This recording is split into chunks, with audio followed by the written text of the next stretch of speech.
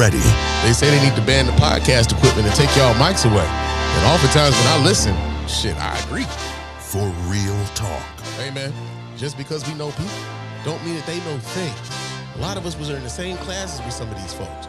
That don't mean they were passing these classes. All the time. It ain't the world leaving you behind, man. It's your line of thinking.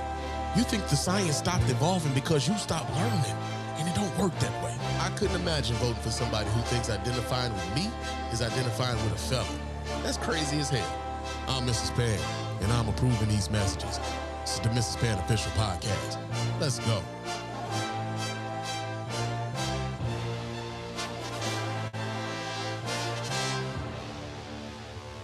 Yo, what's going on, everybody? Welcome to the Mrs. Spann Official Podcast. I am your host, Mr. Spann, and this is episode number 87 of the show.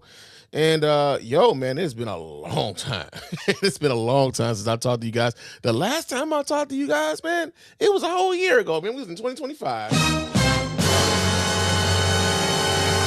Yeah, man, we was in 2025, man. I want to say it was in like late October, early November the last time I did a show, man.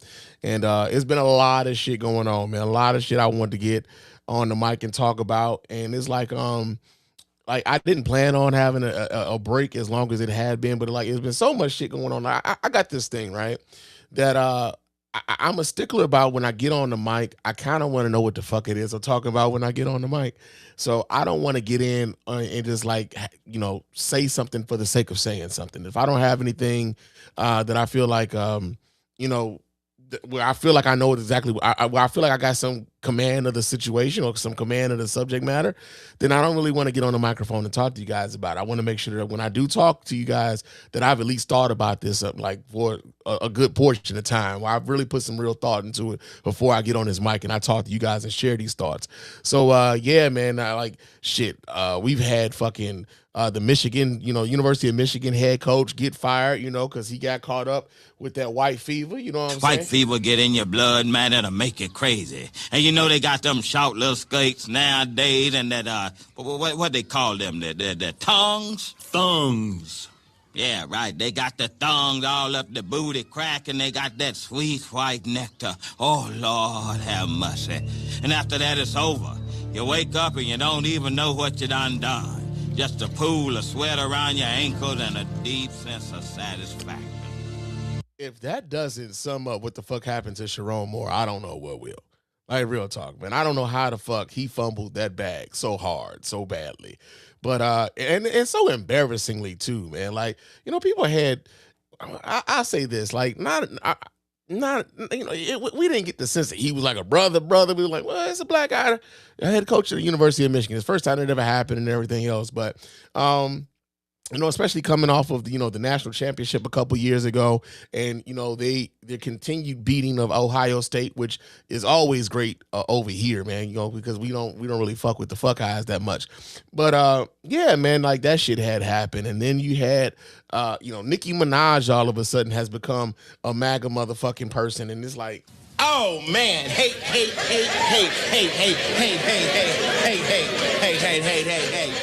yeah, man, and so many different things have happened, man, and I didn't have a whole lot of strong thoughts about Nicki Minaj because it's Nicki Minaj, like who gives a fuck really, but at the same time, I didn't want to get on this microphone and just start talking about shit all out of the side of my neck because I didn't know what was going on, right? So we got that going on, man, but. Yeah, man, before we get into the entire show, man, I do want to remind you guys how to get in touch with your man Spann over here at the Mrs. Spann Official Podcast and let your voice be heard. You can go ahead and hit up the hotline at area code 313-288-0485. That's area code 313-288-0485. Leave us those voicemail messages. Of course, those messages will get played here live on the show and responded to in kind. And if you're watching us here live on YouTube and or Facebook, go ahead and hit up that phone number. Call up your mans, and we can chop it up here live while we doing the show, all right? That's area code 313-288-0485. You can also follow your man Spann on Threads and Instagram. My name on both of those platforms is Mr. _Spann. So you can go ahead and follow me there, chop it up with your man Spann throughout the week. Also, leave us a 5-star review on iTunes and or Spotify. Those 5-star reviews are the ones that get right here live on the show. We really do appreciate everybody who does that. Doesn't cost you a dime, just a couple minutes of your time to let everybody know why you're rocking with us over here at the Mrs. Spann Official Podcast and the Spann Report Podcast Network in its entirety. And also, go to our store, man. We do have a store, man. Copy yourself some merch. Get yourself a fly t-shirt like I'm rocking right here, man. Like, go ahead, get yourself a t-shirt or a hoodie or a coffee mug or a hat, because, you know, right now, we got hats and shit, and I can't find my sounder. Ain't that a bitch? That's how you know your man Spann. That's how you know your man Spann been gone for a while. But yeah, we got hats in the store. We got a bunch of different things that I think you guys would enjoy, and they look good too, man. So we appreciate everybody who supports us in that way. That's a way for you to give to the show. Now that does cost you a dime, but you get something tangible in return, right? Also, if you're watching us on YouTube, we really would appreciate if you guys would like and subscribe to the channel.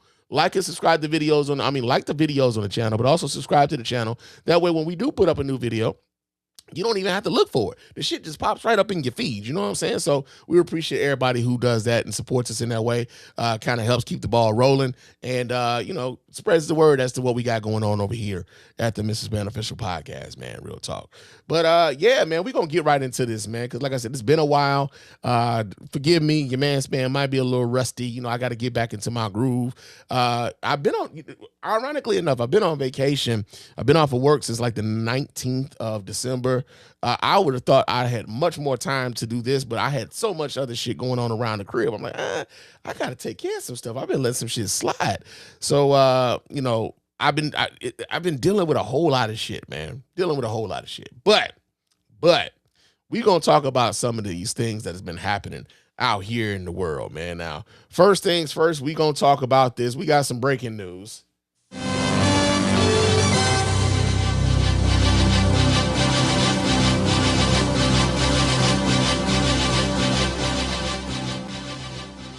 Yeah, man. So after months and months of telling us that this motherfucker was attacking little boats off of the coast of Venezuela, who while telling us they was bringing drugs and shit to the United States of America, we find out that Donald Trump was really after Venezuelan oil the whole goddamn time. Yeah, man, that's all the fuck this was about. This is an oil play, man. Real talk. So we gonna pull up this story. Like, what happened is this: over the course of I want to say last night, the United States, special forces and law enforcement decided that they were going to exact a raid on the presidential palace in Venezuela and pretty much put into custody Maduro, who was the president of that country. And they say that there was a warrant for his arrest in New York City. Now, nigga, I ain't never seen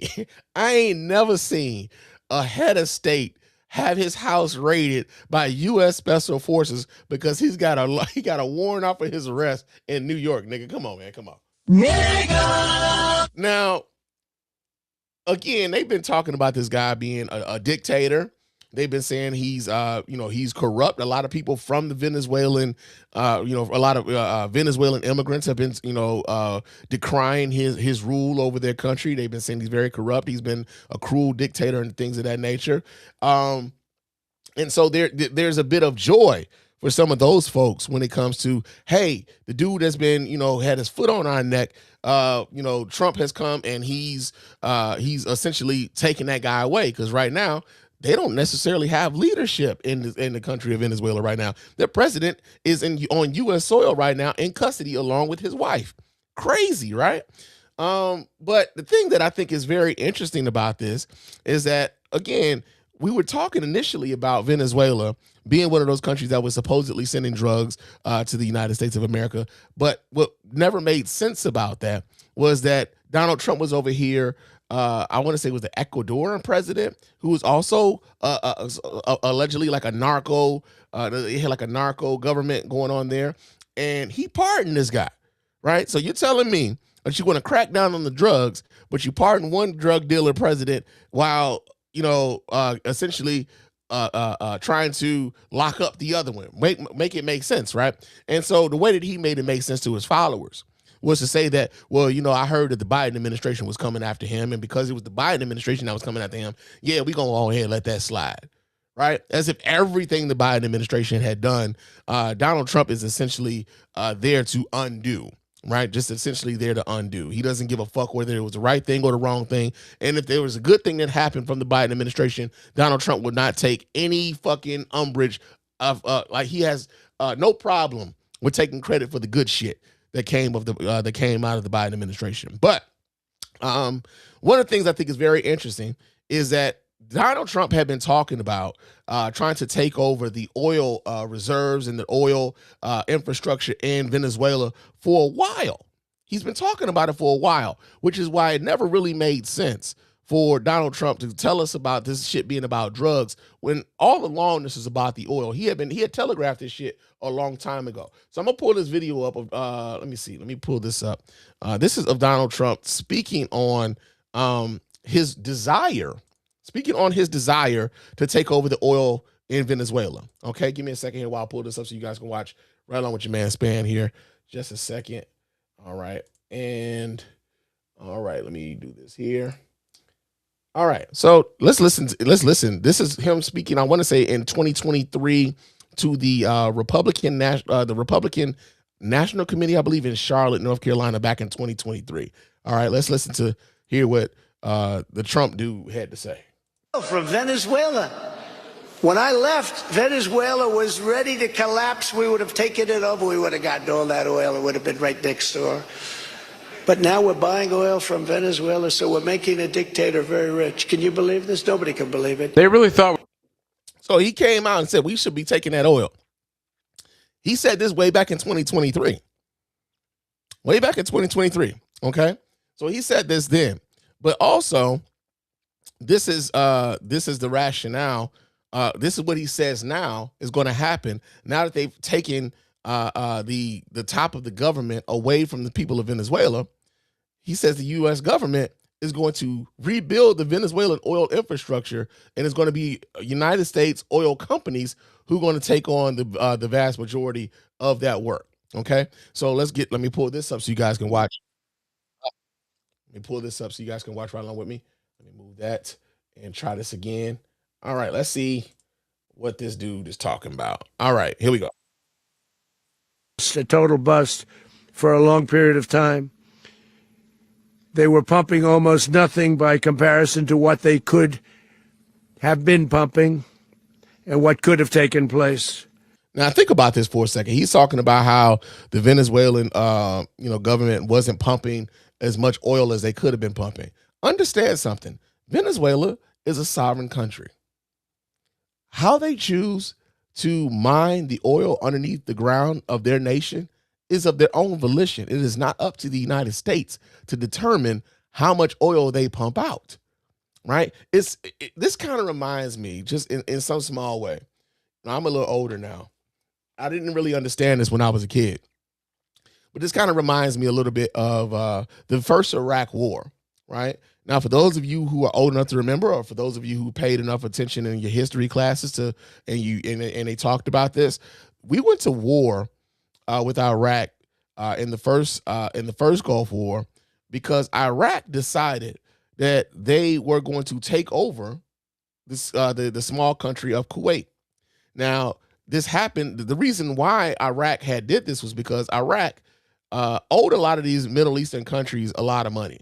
They were at war at one point with Iran.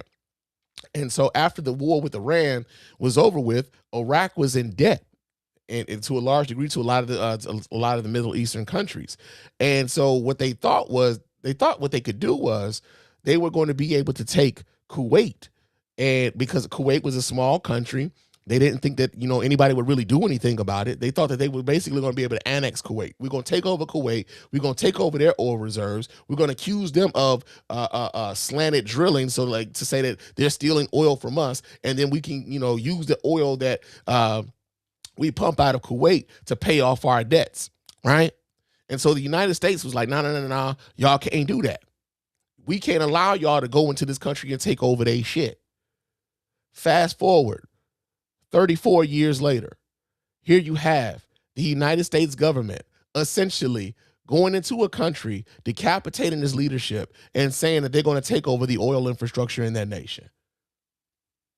Make that make sense, man. When you're like, it becomes this thing, man, when you're old enough, when you get like all of this shit. This is why I'm a very big stickler of like history. I watch a lot of like history documentaries and stuff like that. I read a bunch of books, man. These things start to become sequels. You start to see patterns of this shit over and over and over and over again. Then you can start picking out these different examples. We are the Iraq in this situation. We have basically violated another country's sovereignty and tried to take over their oil infrastructure to our own benefit, right? We went to war with another country over this. Here we are doing the same shit almost 35 years later. We're going to have our very large United States oil companies, the biggest anywhere in the world, go in, spend billions of dollars, fix the badly broken infrastructure, the oil infrastructure, and start making money for the country. And we are ready to stage a second and much larger attack if we need to do so. So we were prepared to do a second wave if we needed to do so. We actually assumed that a second wave would be necessary, but now it's probably not.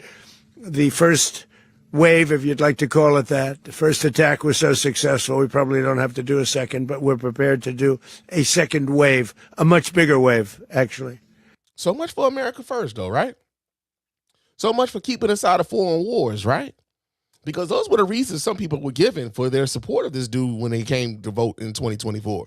He's going to keep us out of these foreign wars. He's going to get back to America and America first. Meanwhile, he's out here with the tariffs, fucking over American farmers.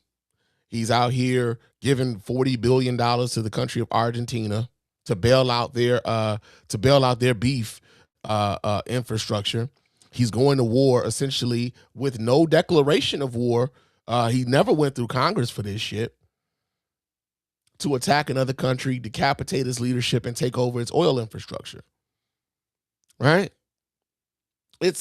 I'm just trying to figure out when at some point people are going to recognize the criminality of this particular administration, this regime, for what it is. Like right now, Donald Trump and the Republican Party, or essentially the Republican Party, has become so obsequious to this piece of shit that you can't really expect for them to do anything to put this dude in check. Even it's so bad that the mild pushback that Donald Trump gets from now they're enemies now. This is the craziest part. Marjorie Taylor Greene is now enemy of Donald Trump. Who the fuck saw that shit coming 10 years ago? Right? But even the mild pushback that someone like a Marjorie Taylor Greene would give, or even now like a Lauren Boebert would give, or what's that girl's name? What's that lady's name from New York? Elise Stefanik. This woman just said, fuck it, I ain't running for nothing. Right? So like even now, those little bits of defiance that are happening around Trump now, because I guess they are starting to try to see some level of lame duckness surrounding him. But the tripped out part about that is like, I don't think Donald Trump sees himself as a lame duck. I think Donald Trump is trying to entrench himself in so much shit to where he can't be removed. This is where the ballroom comes from. This is where him adding his name to the Trump, to the Kennedy Center comes from. This is where the Trump class battleships come from. This is where the gold cards, instead of the green cards, they're giving gold cards to people who want to come over to America, has his face all over this shit. He's really trying to entrench himself into the American fabric where you can't remove him. And he's also trying to put in place an infrastructure of people that will buffer him from any challenges. This is where you come with this goes down to the school boards. Comes up to the legislatures in all of the different states. This comes up to the Congress people who could hold them accountable. And it especially comes up to the senators who ultimately, if we would ever hold this motherfucker accountable or anything, it would take 2/3 of the Senate to impeach him and find him guilty. Unfortunately, because of the way partisanship has been happening in this nation, That's never going to happen. But here we see Donald Trump acting much like Saddam Hussein, and, you know, everybody's kind of holding their hands up in the air, right? Now, here's the other thing, too. I've seen people talk about how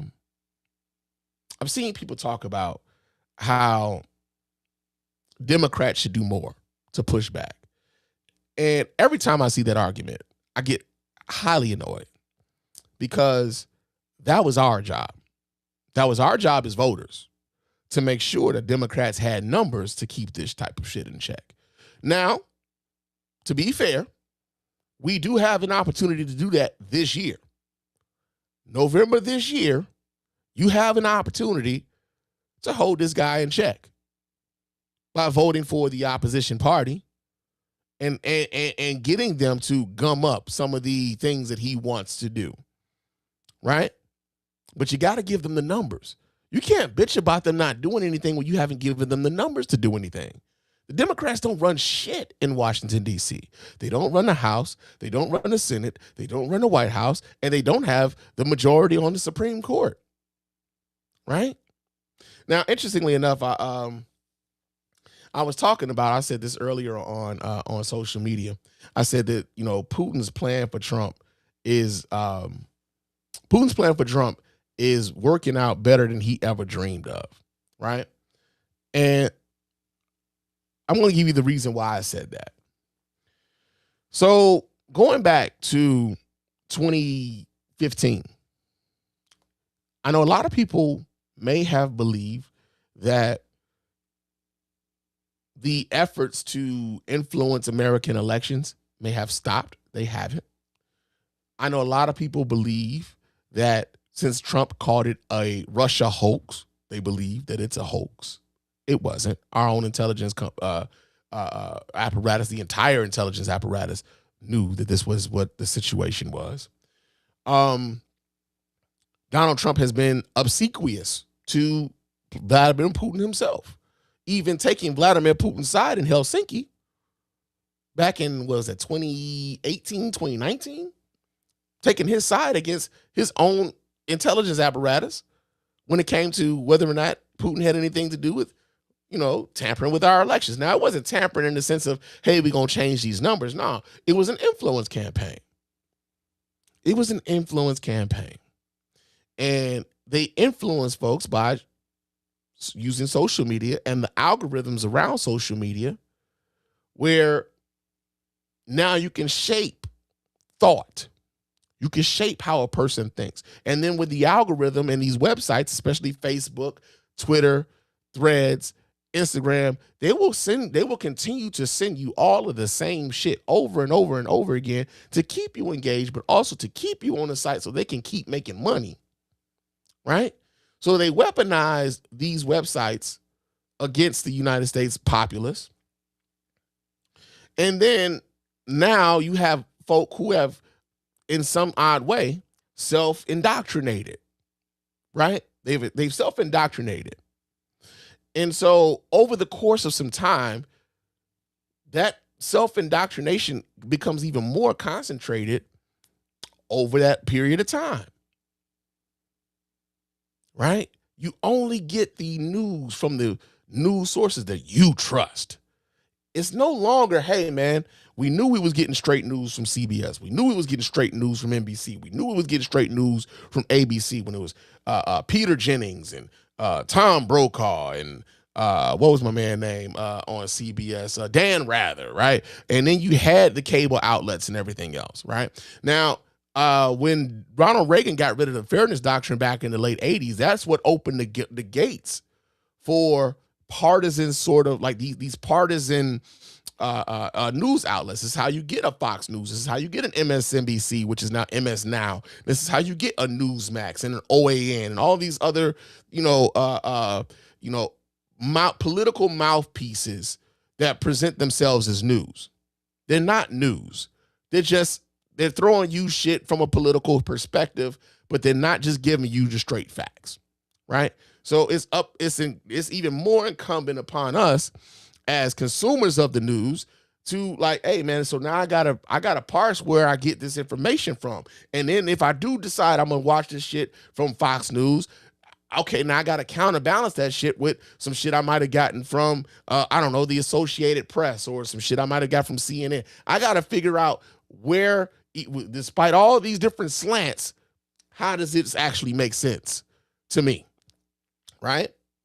And so because our news has been fractured in that way, and because social media has been weaponized against us in that way, where folks can self-indoctrinate, we found ourselves in a point where, despite you being presented with news, with the shit that is actually coming out of the person's mouth, where even that isn't enough to get some people to change their minds, right? Because how many people like to admit that they've been wrong? Think about that for a second. How many of you like to admit that you've been wrong about something? That's some of the hardest shit in the world to admit, especially to admit publicly, especially when you was going so hard for something. Can you imagine how many Trump supporters, like maybe felt duped now? And it's weird because I have a special disdain for these motherfuckers too. Let's make no mistake about it. But you be like, yo, man, so it took you three elections, nigga. It took you 15 years to figure out that this was some bullshit, like, right? Because that's how I'm thinking about it, right?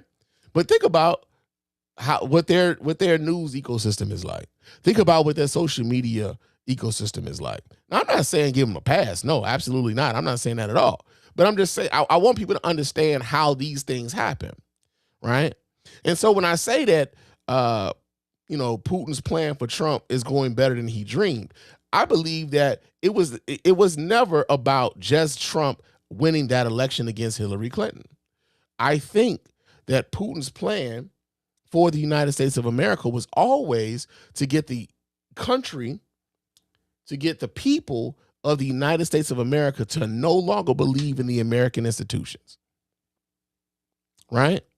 To no longer believe in these institutions.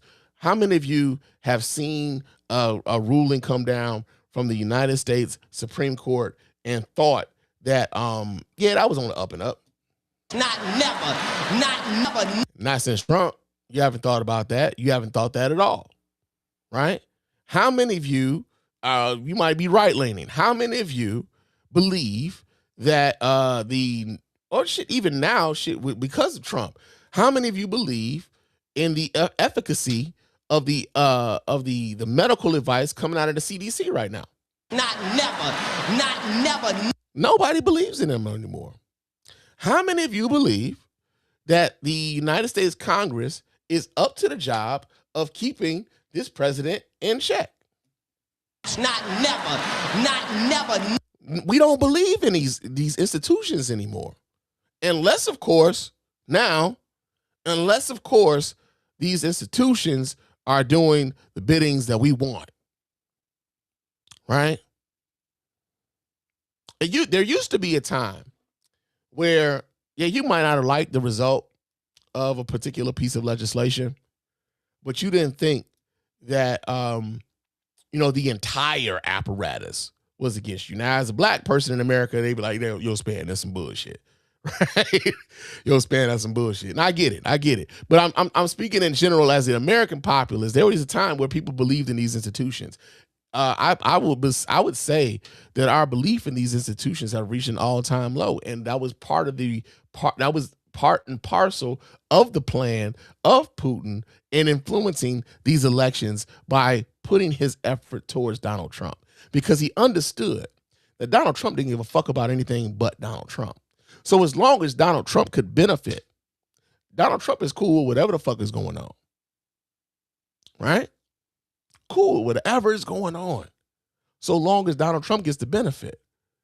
Now, remember, Donald Trump used to call crypto money a scam. Why does this motherfucker have his own goddamn crypto coins? Donald Trump hated social media, right? Said all of them were against free speech. Suddenly, all of the social media companies are lined up with Trump. He loves them. Why do you think that is? Come on, man. It's like the shit is sitting right in everybody's face. And like sometimes as, because of what I do, because of this podcast, and I guess because of the podcast, I sit and I'll be like, man, why am I the only motherfucker who sees this? Especially in the world where I'm just out and about, not like with my people on social media and the people who listen to the show, but like when I'm just out and about and I'm talking, especially when I'm at work, like I'm talking to guys and I'm like, why don't y'all see this? And partially it's because people aren't paying attention in the same way that I pay attention to this stuff. And, like I said, I understand that, people have lives that may not necessarily lend them to being able to pay attention to this sort of thing. And I'm privileged in that way. I'm privileged in the way that I can pay attention to some of this stuff. And I'm privileged that I could even be sitting here right now talking to you guys in the way that I'm talking to you guys about this sort of shit. However, I believe that this type of shit right here is part of like it is like, yo, Putin is salivating right now. Because think about this. With Donald Trump executing a move like this by invading a sovereign nation and decapitating its leadership and taking over its oil infrastructure, where does America stand now in Putin's fight to annex Ukraine for his own fucking use in Russia? How do we as Americans tell China that, yeah, Taiwan is off limits because Taiwan is a sovereign nation and you don't have any rights to it? Meanwhile, we are doing whatever the fuck it is we want in South America. Right? Donald Trump has kind of helped undercut the United States position as a moral leader in the world. Now, let's keep it a buck. We've never really been able to legitimately hold that title as the moral leader of the world, right? We've never really been able to legitimately do that. But that hasn't stopped us from holding ourselves up as that. And I could have swore there was a time when Donald Trump said he didn't want to be the world's police. But meanwhile, you out here bombing boats in the Caribbean, fishing boats, telling everybody they're drug boats, not presenting us with any motherfucking evidence for that to be so. And then you take over the nation's capital, or better yet, not take over the nation's capital. You kidnap their fucking president, bruh. This nigga kidnapped their fucking president. Like, think about this, man. Nigga! And so here's the thing. Here's the thing. Before I move on too far from this, understand. Two things can be true at the same time. Maduro could be a piece of shit. Bottom line, like that. Like I don't think that anybody, would even refute that. Like if you talk to the people of Venezuela, a lot of people in Venezuela, a lot of people who were refugees from Venezuela would tell you that Maduro was a piece of shit. They couldn't wait for this motherfucker to be out of power. Yada yada yada. However, that also does not negate the fact that the United States shouldn't be going into sovereign nations because they don't like that nation's leadership and removing that nation's leadership and then taking over that nation's natural resources. That's not what we should be doing. But that is exactly what we're doing right now. So, yeah, man, we got that going on in the world, man. That's crazy. I talked about that much longer than I had planned to. God damn. But we got that going on. Another thing, man. So Byron Donalds, man. Byron Donalds is I think they try to get this nigga I think they try to get him another wake-up call. I don't think he's taking y'all calls, man. I don't think he's really taking y'all calls. Who are these niggas? We need to stay away from these niggas. And I think that's how Byron Donalds thinks about y'all when y'all calling his phone to give him the wake-up call, right? So let me see. Let me take this down here. But we get this story here. This comes out of rawstory.com. I'm sorry. What is this? No, we're not about to do this. Fuck y'all. All right, but okay. So Raw Story, they have this story about, okay, they want me to turn my ad blocker off. Let me do this here real quick, only for the sake of the show right now, because fuck y'all. But yeah, so Raw Story had the story. and it's about Byron Donalds. Byron Donalds is running for governor of the state of Florida. For those of you who are not, who don't know, Ron DeSantis can't run again. He's been term limited, so he gets two terms at governor. He has to, come up off the seat. Somebody else gets a shot at it, right? And so Byron Donalds wants to run as for governor. Now he's already received the endorsement of one Donald Trump. But that don't mean that anybody else in the Republican Party don't want that seat for themselves either. Ron DeSantis' wife is also running for that seat, but there's another person, running for that seat, and his name is James Fishback. Okay, now James Fishback is a Republican, and he came out swinging when it came to talking about Byron Donalds and his run for the Florida governorship. So we get the story from Raw Story.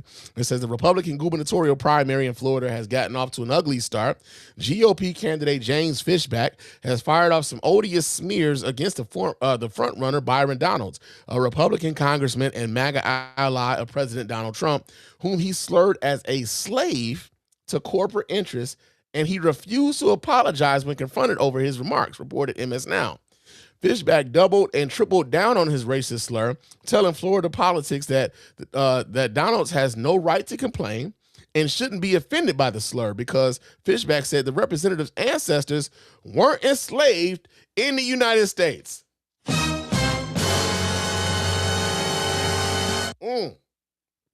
Now, why is that important? Why is this important? This is the same rhetoric that is espoused by those folks who call themselves foundational Black Americans and a lot of those folks in the ADOS movement, where they want to delineate people who are descendants of slaves here in the United States of America. And most of that delineation, they want to make it it's about reparations, right? It's about reparations. Who's entitled to the reparations, who isn't? And we have to delineate those folks who should be entitled to it and those folks who aren't. And also, those folks who come from other countries and, as they would say, they benefit from the fight that African Americans have had in this country. And then they come here and then they, the attitude is, they're better than the African Americans, the Black people who are here already. And, they look down upon us, right? Now, some of that could be true, on an anecdotal basis. I wouldn't necessarily say that is the overall sentiment of immigrants who come here from other parts of the world and are coming from the continent or coming from the Caribbean or, from wherever, right? Because essentially my attitude is this: America looks at all of us as niggas, right? They look at every last one of us as niggas, whether you come from Nigeria or Ghana or Turks and Caicos or Jamaica or Haiti. They look at all of us as niggas. And to some degree, I feel as though the ADOS shit, the foundational Black America shit is a divide and conquer tactic, mostly used by the Republican Party to divide these voter blocks up, so that when you divide these voter blocks up, we're fractured off, and now we aren't the strong voting block that we could be because we're fighting amongst each other, right? This is how I've seen it for a long time. Now you have a white Republican coming after a Black Republican using the same rhetoric as one Tariq Nasheed. Nigga, you cannot make this up. Niggas. You cannot make this up. It says Fishback said the representative's ancestors were not enslaved in the United States.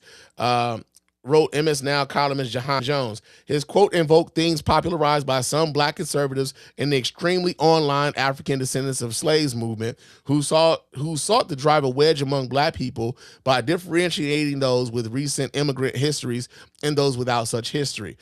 Fishback later shared a story on social media about this congressman's fundraising with the caption calling him a slave who was auctioned off for $31 million. Donalds is one of the few black Republicans in Congress, and he's often made it his duty to downplay racism in American society, such as last year when he whitewashed and romanticized the Jim Crow era. We remember that, when he was talking about, in Jim Crow, the black family was together, and Jim Crow, we was doing this. It's like, yo, nigga, this was because, like, we were in dire fucking straits even then. Like, let's not romanticize this shit. When the black family was together and voted conservatively. As my former colleague Joy Reid explained to him around that time, the notion was absurd, considering many black people weren't allowed to vote at all during that time because of the whole racism thing. Jones pointed out that Donalds was getting a taste of his own medicine. In an ironic twist, Donalds is now facing the same sort of racist attacks that he helped fuel against Vice President Kamala Harris during her presidential bid last year. After Trump and the conservative movement spread baseless and misinformation that Harris wasn't truly black because she boasts Indian heritage, Donalds downplayed the controversy and appeared to cast doubt himself on Harris's blackness.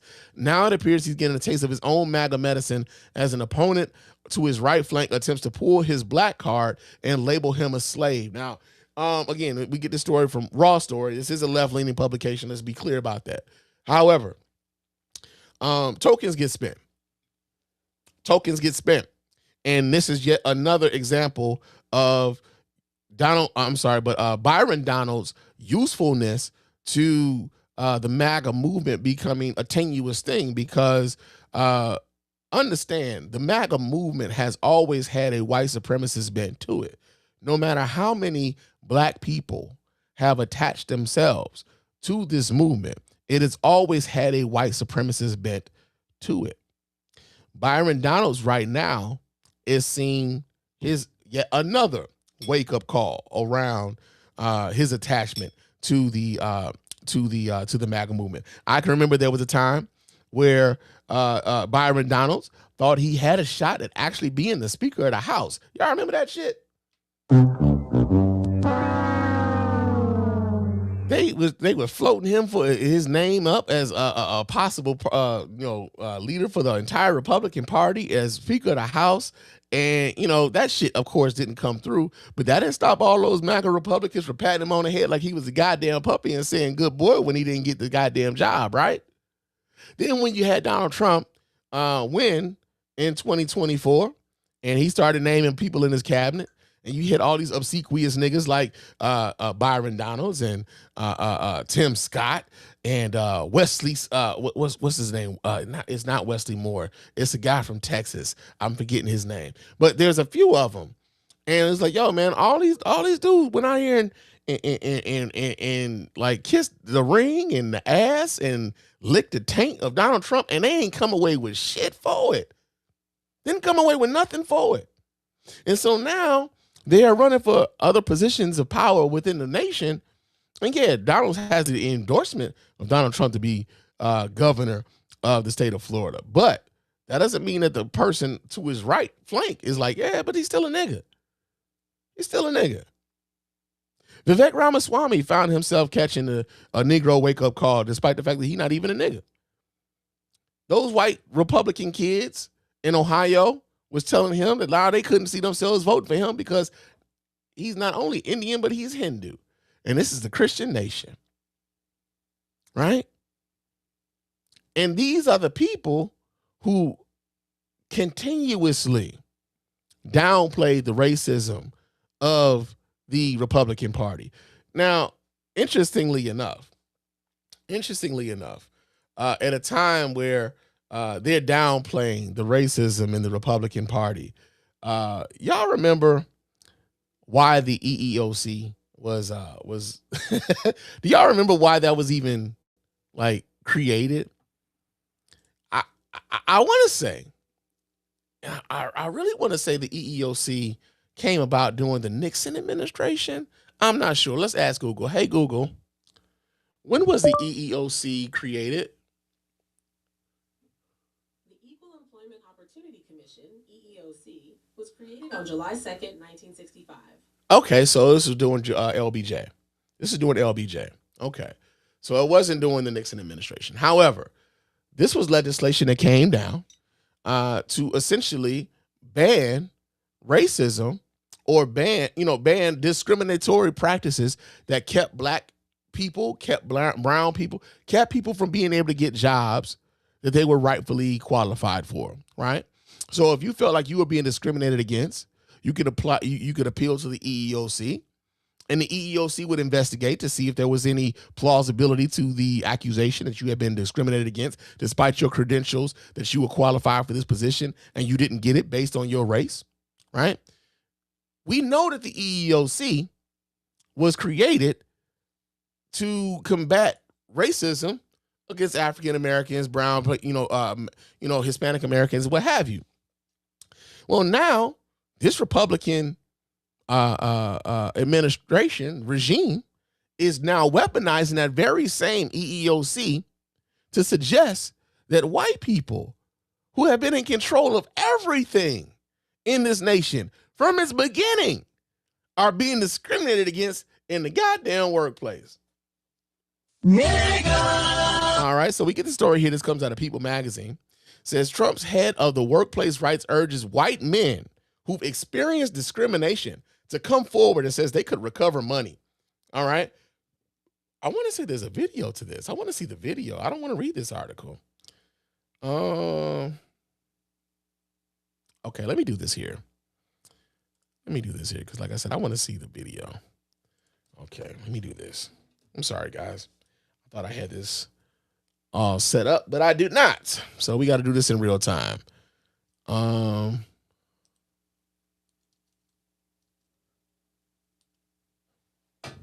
Okay, so here it is. I got the video here.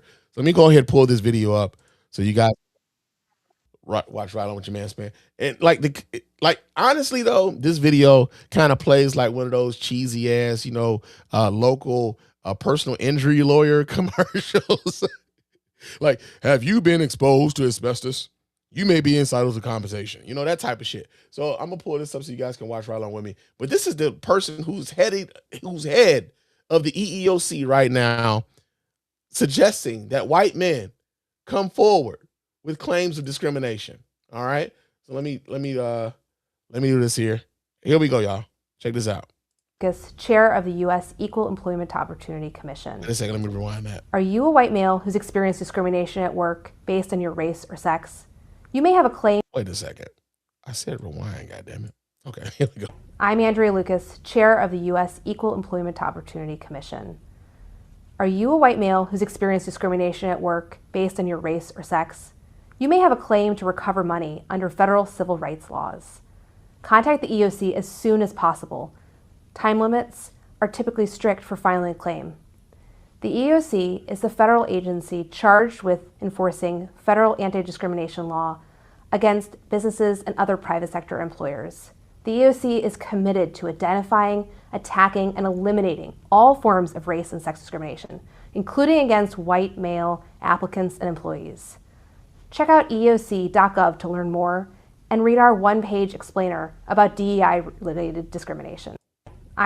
Okay, now she says DEI-related discrimination. Now, I can remember about a year ago or so, what was that guy's name? Stephen Miller. Stephen Miller was out here doing these types of diatribes, talking about white men being discriminated against on the job, right? Now, understand something. When it comes to the idea of white men being discriminated against on the job, I'm not even going to say that doesn't happen. I don't know. I question how often it does. I do.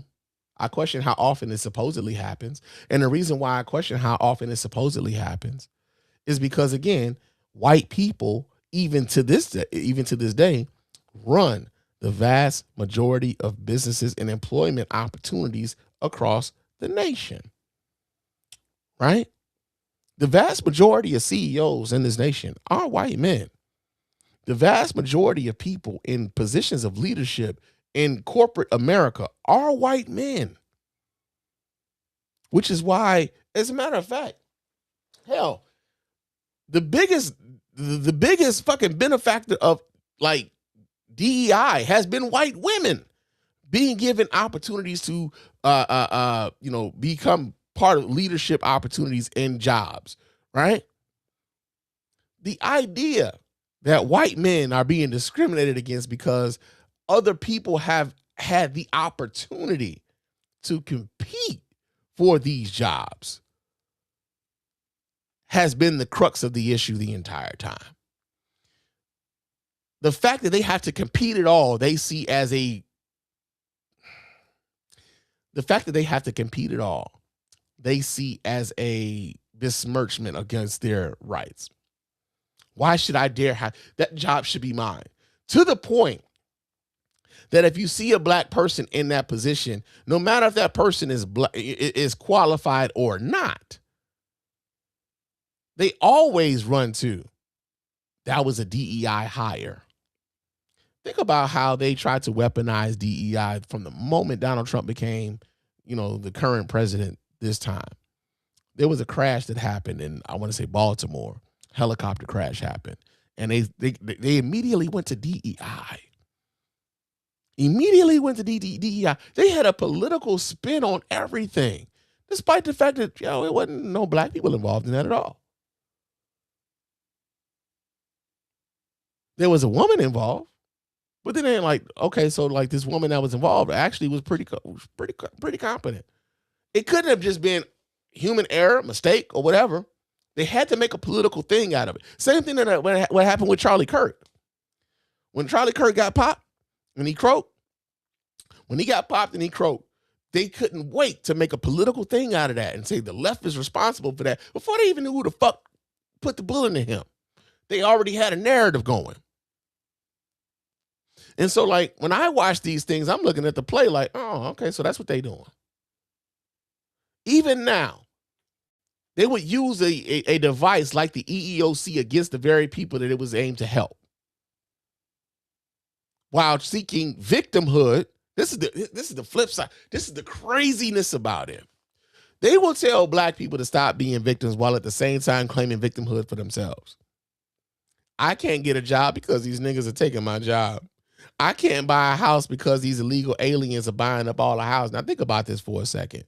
Illegal aliens can't even like you mean to tell me you can't buy a house because illegal aliens are taking up all the housing? So they must be fucking superheroes in the fact that not only are they walking across from South America through Central America up through Mexico, and then they finally get here, and then these Southern governors, not largely Republican governors, are dispersing them across the United States, and then you say they're taking up all of your housing.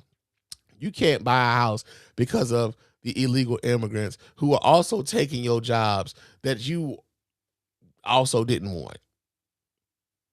Like, the logic of it never really makes sense when you follow it all the way through. It never really follows all the way through. But they will allow, like, they will take these instances or these like even this particular entity, this office that was made specifically to curtail white discrimination against people of color, and then flip it on its head to say that this is about fighting against racism against white males, because white males feel that all of these jobs they're entitled to, despite the fact that now, because of the multiculturalism that is in America right now, because of the fact that there is a much more advanced and much more educated pool of workers, that you might not get that job simply because you meaty fucking ochre. Not because somebody took your spot, not because they was a woman, not because they was black. Nah, motherfucker, they were just better than you. And to a large swath of the American populace, white folk, let's keep it a buck, to a large swath of white folk, not all of them, but to a large swath of white folk, they can't bear the possibility that the reason why they are there where they are right now is because they mediocre. It's because they're mediocre. And rather than, I don't know, pull themselves up by their bootstraps, like they told us for centuries, they would much rather blame you and say the people who've never had power in this nation are the reason why they don't have power in this nation. It never makes sense all the way through, man. It never makes sense all the way through. So yeah, the EEOC is being weaponized against black people for white people. I mean, think about this for a second. And I got this question for everybody black who's listening to me, especially the people who are black, who are conservatives, the people who are black who voted for Donald Trump. I got this question for you. When J.D. Vance stands up at the Turning Point USA America thingy, whatever the fuck it is, because y'all always got a goddamn rally or some shit going on, and it says that America is no longer, in America, you no longer have to apologize for being white. I'm trying to figure out when I have ever had a white person come up to me and apologize for being white anytime. Have that? When does that ever fucking happen? Ever? When have you ever had a white person say, "Oh my God, I'm sorry, I'm white. I'm sorry, I can't fucking deal with it, man. But I apologize to you. I'm white and I deserve that parking space. I apologize because I'm white, but that parking space belongs to me. Oh yeah. I apologize. You can't have that job, but I'm white." You know, I've never had that fucking happen to me. Ever. I ain't never seen a white person apologize for being white. Only thing people have really been asking white people is like, hey man, just don't get in our fucking way. I think that's the only thing that people of color, especially black folks in America, have been asking white folks. Get the fuck out my way. Stop putting fucking hurdles in front of me. Stop making it harder for me to get shit because you already got shit. That has nothing to do with you being white. It is the systemic hurdles you put in place to hamper me. That's it. Got shit to do with you being white.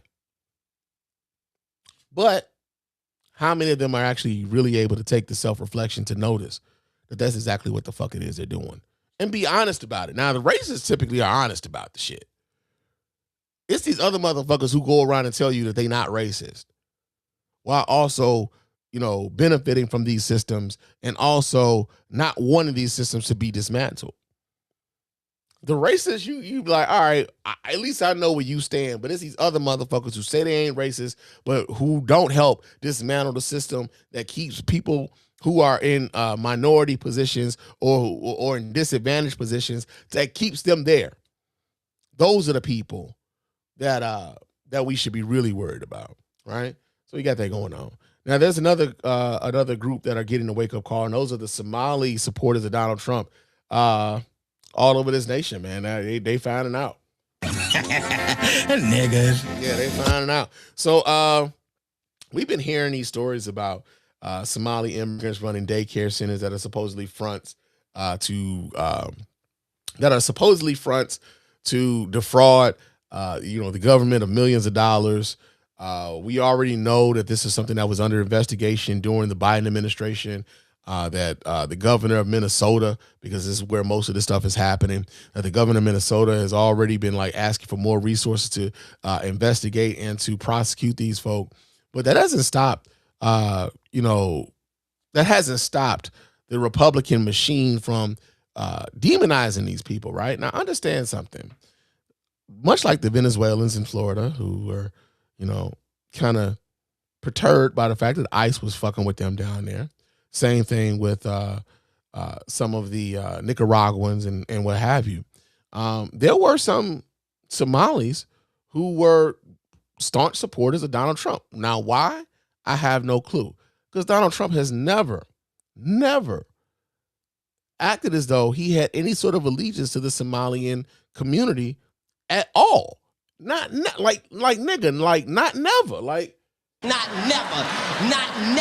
However, many of them found themselves supporting Donald Trump, and now Donald Trump has turned his back on that community, and they're bearing the brunt of the full force of this regime, telling them that they are not welcome here in America. Now, Donald Trump is going out of his way to say that that they're garbage. He basically called these people garbage, right? Now, there was this one story. This came out last month, and like I said, it's been a while since I've been on the mic, so forgive me, like I said, because some of these stories may be a little bit old, right? But this is something I just kind of wanted to speak to. There was a video I wanted to play for you guys that came out with this one guy. He was basically pleading with the Trump administration to like, hey man, cut the shit, right? So let me go ahead and pull this video up so you guys can watch right along with your man Spann. Hold on a second while I pull this up. Wait. No, I don't want to do that. What I want to do is this. All right, let me do that. And move that over there. Boom.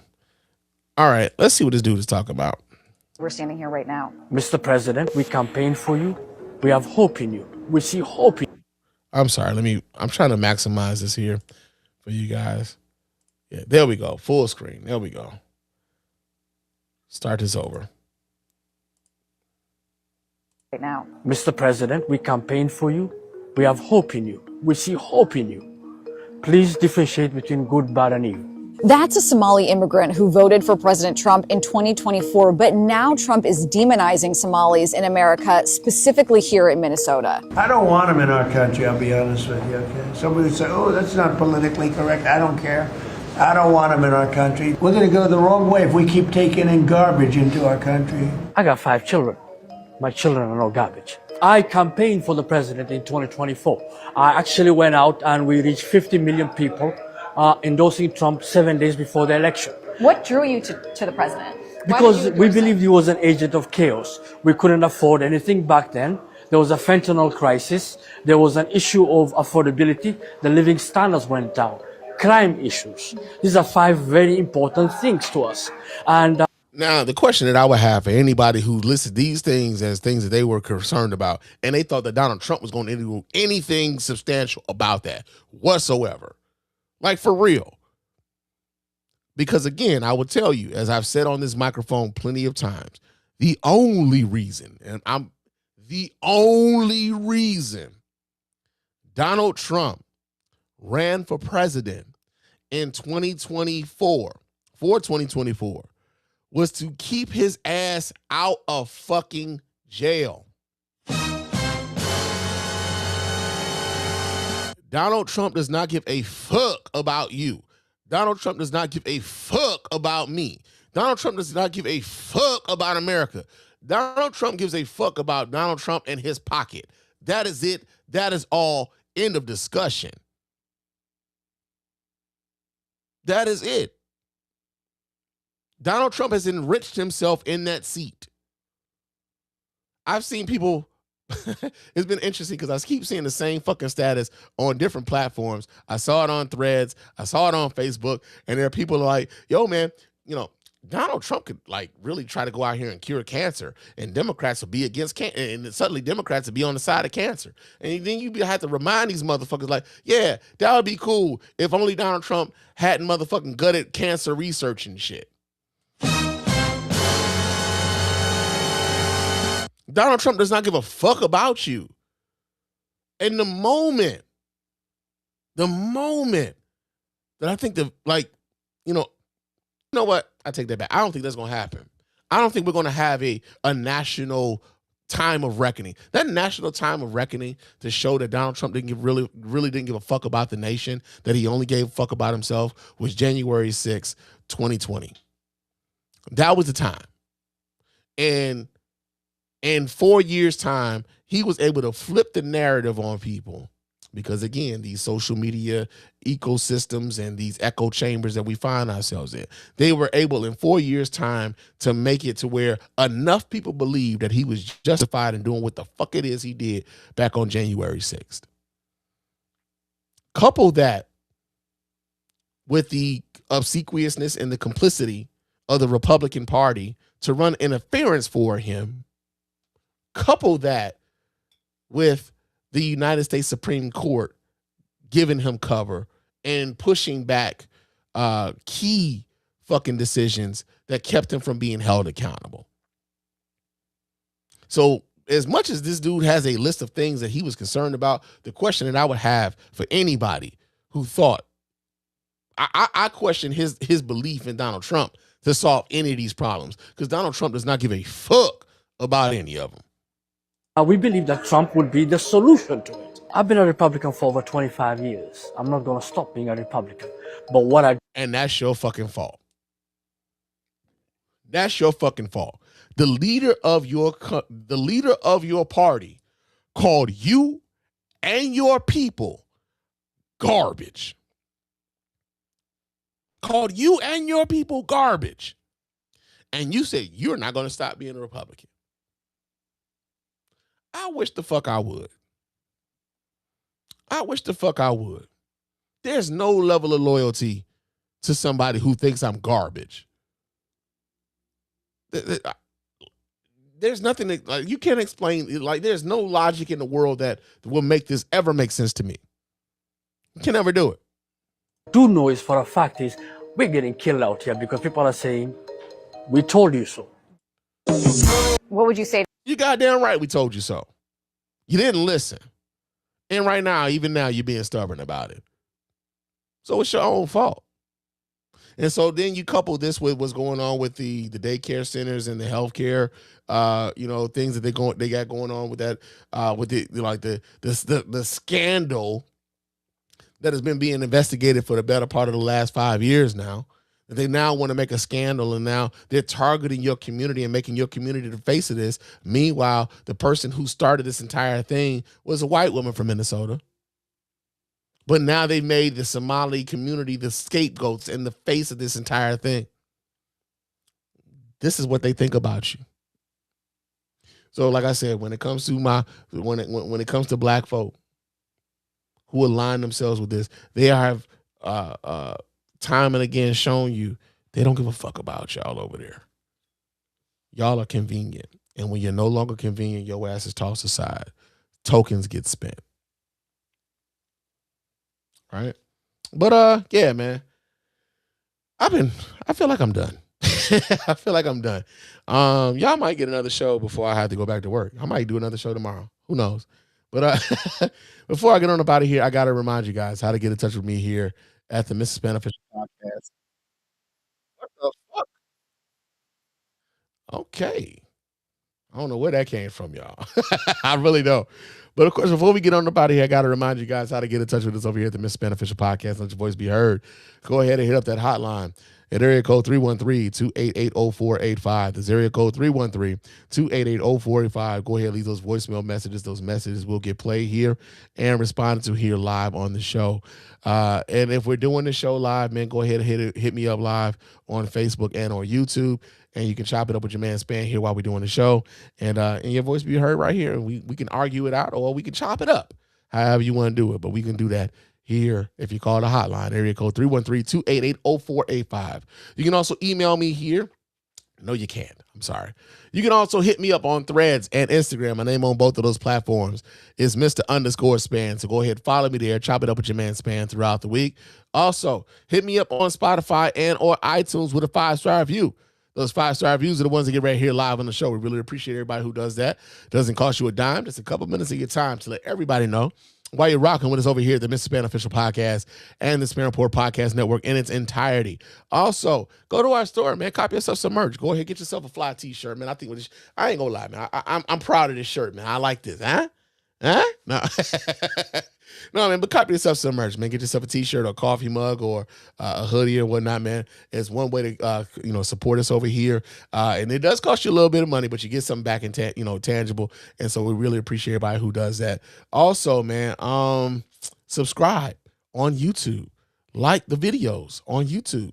Comment on the videos on YouTube. We really appreciate you guys for doing that. And that's another way that doesn't cost you a dime. Just a couple minutes of your time to let everybody know why you're rocking with us or not, especially on YouTube, because that's typically how that goes. But yeah, man, we appreciate you guys for reaching out to us in that way. But yeah, man, I am about to get on up out of here. I will talk to you guys again soon, and I promise you it won't be no damn 2 months. I swear to God it won't. I promise it's going to be soon. But I will talk to you guys again soon. Until next time, fam, peace.